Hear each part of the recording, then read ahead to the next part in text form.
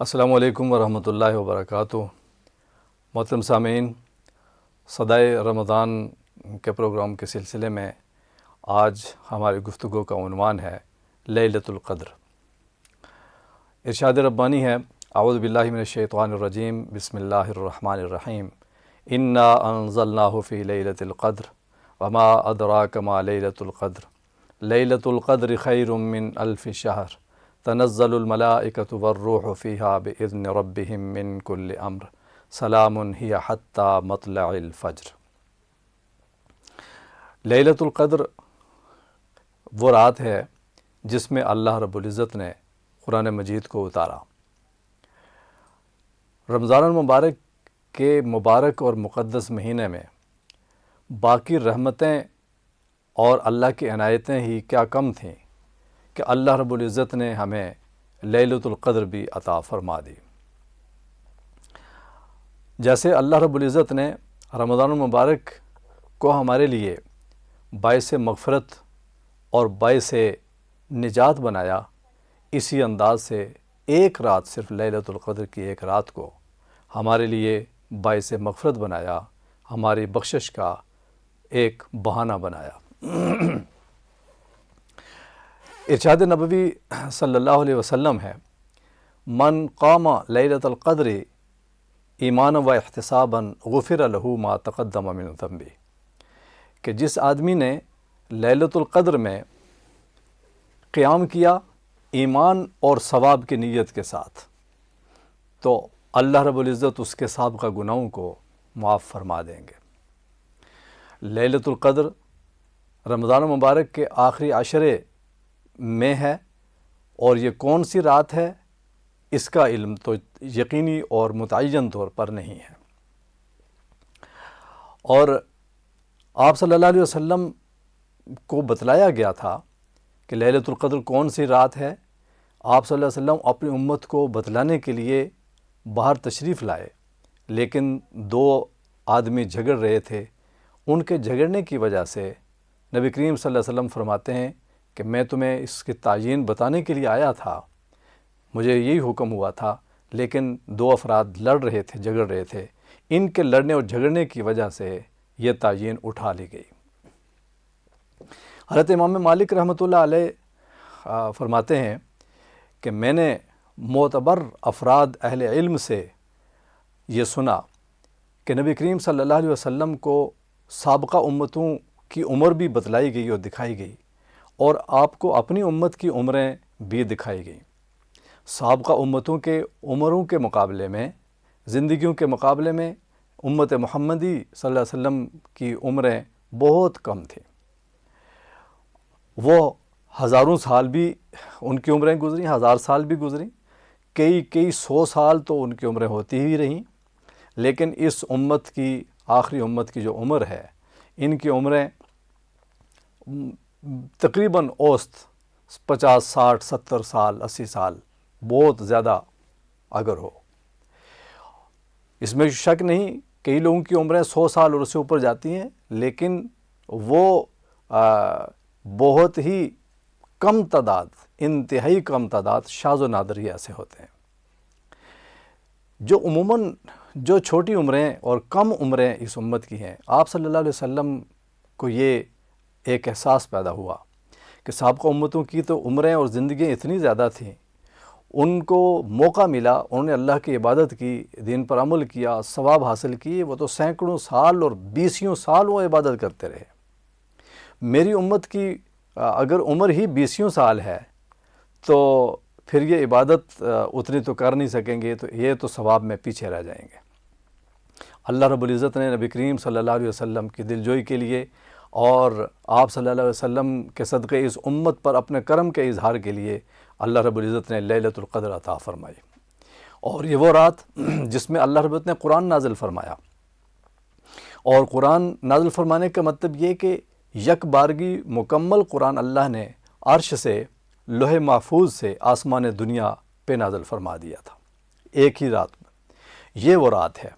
اور یہ رات ایسی ہے کہ جو 1000 مہینے سے بہتر ہے۔ یہ سابقہ امتوں کی جتنی بڑی عبادتیں ہی ہیں، ان میں اگر کسی نے، اور یہ ایک واقعہ گزرا کہ ایک ایسا آدمی کہ جو 1000 مہینے یا 80 سال تک وہ عبادت ہی کرتا رہا، دن کو جہاد کرتا رہا، رات کو عبادت کرتا رہا، قیام کرتا رہا، تو وہ تو سالہ سال 20 سال اس نے عبادت کی تو اس مقام پہ پہنچا۔ تو اس امت کو صرف ایک ہی رات ایسی دے دی گئی کہ اگر اس ایک رات کو کوئی پالے اور اس میں عبادت کرے تو اس کو ثواب 1000 مہینے سے بہتر ملے گا۔ یہ اس امت کا ایک اعزاز ہے، اللہ رب العزت نے اس امت کو یہ بخشا، اور یہ آخری عشرے کی طاق راتوں میں ہے، اور آخری عشرے کی طاق راتوں کے لیے ہی یہ اعتکاف ہوتا ہے جو فرزندان اسلام ایک بے شمار تعداد میں اس وقت اعتکاف کی عبادت میں مصروف ہیں۔ اور محترم حضرات، محترم سامعین، لیلۃ القدر کی جو اللہ کے نبی صلی اللہ علیہ وسلم نے فرمایا کہ جو اس میں قیام کرے گا اور ایمان اور احتساب کے ساتھ کرے گا تو اس کے سابقہ گناہ معاف ہوں گے۔ گویا کہ جو آدمی لیلۃ القدر میں عبادت کرے گا اس کے گناہ معاف، اور اس رات کو اگر قیام کرے گا، ظاہرہ تراویح پڑھیں گے تو یہ قیام ہے، اور تہجد کے کچھ نوافل پڑھ لیں گے تو قیام ہے، رات کو جس حد تک ہو سکے وہ اس کی عبادت میں شمار ہوگا۔ حضرت عائشہ صدیقہ رضی اللہ تعالی عنہا نے پوچھا جناب رسول اللہ صلی اللہ علیہ وسلم سے کہ اگر مجھے حتمی طور پر کسی رات کو پتہ چل جائے کہ یہ لیلۃ القدر ہے تو پھر یا رسول اللہ صلی اللہ علیہ وسلم مجھے کیا پڑھنا چاہیے، مجھے کیا عمل کرنا چاہیے؟ تو اللہ کے نبی صلی اللہ علیہ وسلم نے فرمایا کہ اگر پتہ چل جائے کہ یہ لیلۃ القدر ہے تو پھر یہ پڑھنا چاہیے اللہم انک عفو کریم تحب العفو فاعف عنی۔ اے اللہ، آپ درگزر کرنے والی ذات ہیں،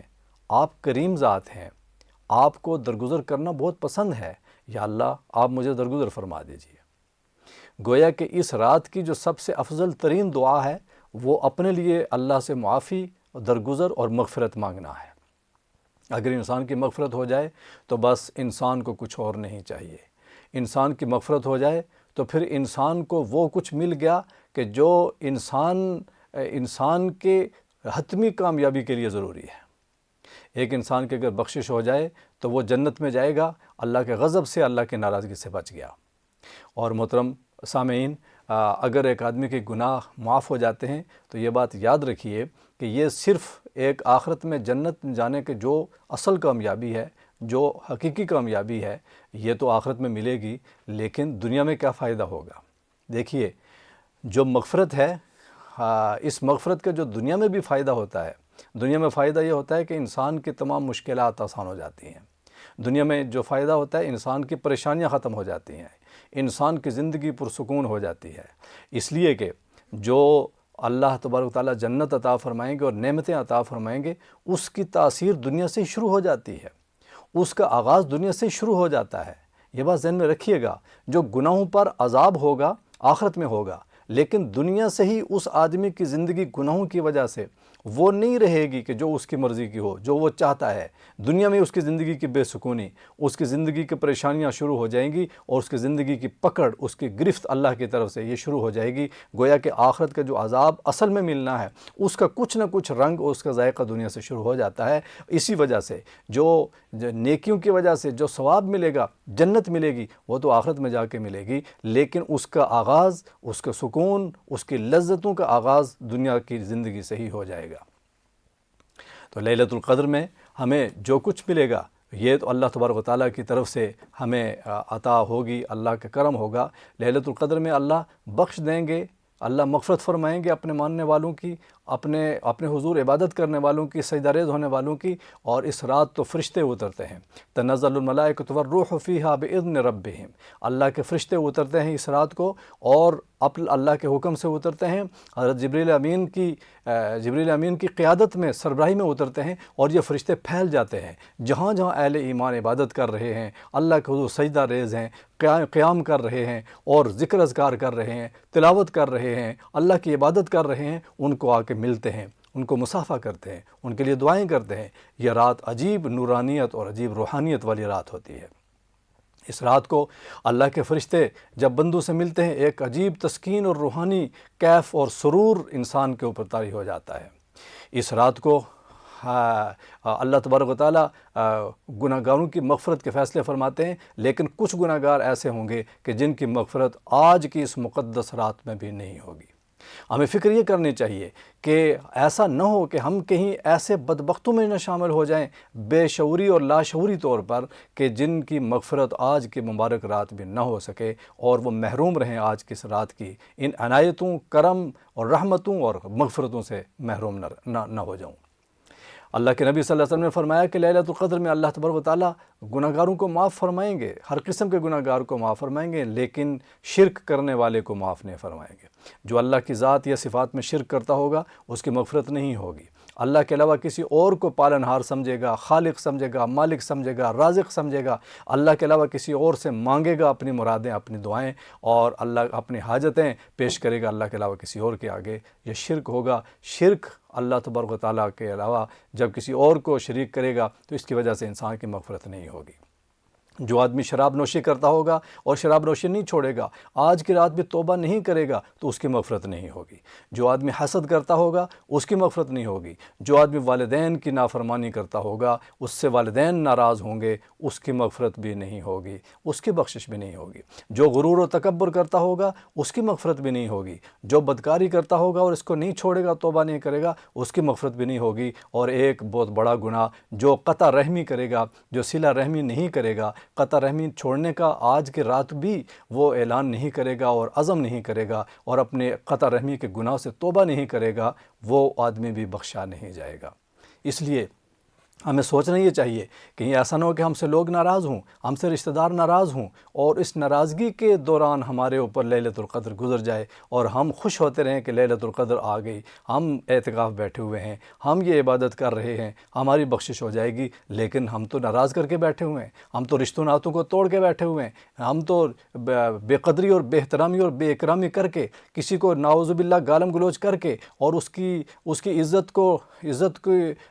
خاک میں ملا کے اگر ہم بیٹھے ہوں تو پھر کیسی مغفرتیں ملیں گی ہمیں، پھر کیسی عنایتیں ملیں گی ہمیں، ہم تو محروم طبقے میں آ جائیں گے۔ اس لیے یہ رات جہاں فضیلت لے کے آتی ہے، ایسے مواقع جہاں اللہ کی رحمتوں کے بہانے لے کے آتے ہیں، وہاں ہمارے لیے یہ تنبیہ بھی لے کے آتے ہیں کہ اگر اپنے ان گناہوں کو نہیں چھوڑو گے تو یہ رات بھی تمہیں کوئی فائدہ نہیں دے گی۔ اس لیے اصل میں یہ راتیں اور یہ مواقع انہی کے لیے فائدہ مند ہوں گے جو اللہ کی طرف رجوع کرنے والے ہوں گے، جو اللہ کی طرف پلٹنے والے ہوں گے، جو اپنے گناہوں کو چھوڑنے کا اعلان اور عزم کرنے والے ہوں گے۔ آئیے عزم کریں کہ ہم اس لیلۃ القدر کو ضائع نہیں ہونے دیں گے۔ اگر ہم سے کوئی ناراض ہے، رشتے ناتوں کا کوئی ناراضگیاں ہیں، ہم ان کو ختم کریں گے۔ آخری عشرہ شروع ہونے سے پہلے ہی ہمیں یہ کر لینا چاہیے اور ہمیں بالکل ناراضگی ایسی نہیں رکھنی چاہیے۔ اللہ کے رضا کے لیے، اپنی مغفرت کے لیے، اپنی مغفرت کو یقینی بنانے کے لیے ہم یہ سارے گناہوں کو چھوڑیں گے، نہ غرور تکبر کریں گے، نہ جھوٹ بولیں گے، شرک کسی قسم کا بھی ہو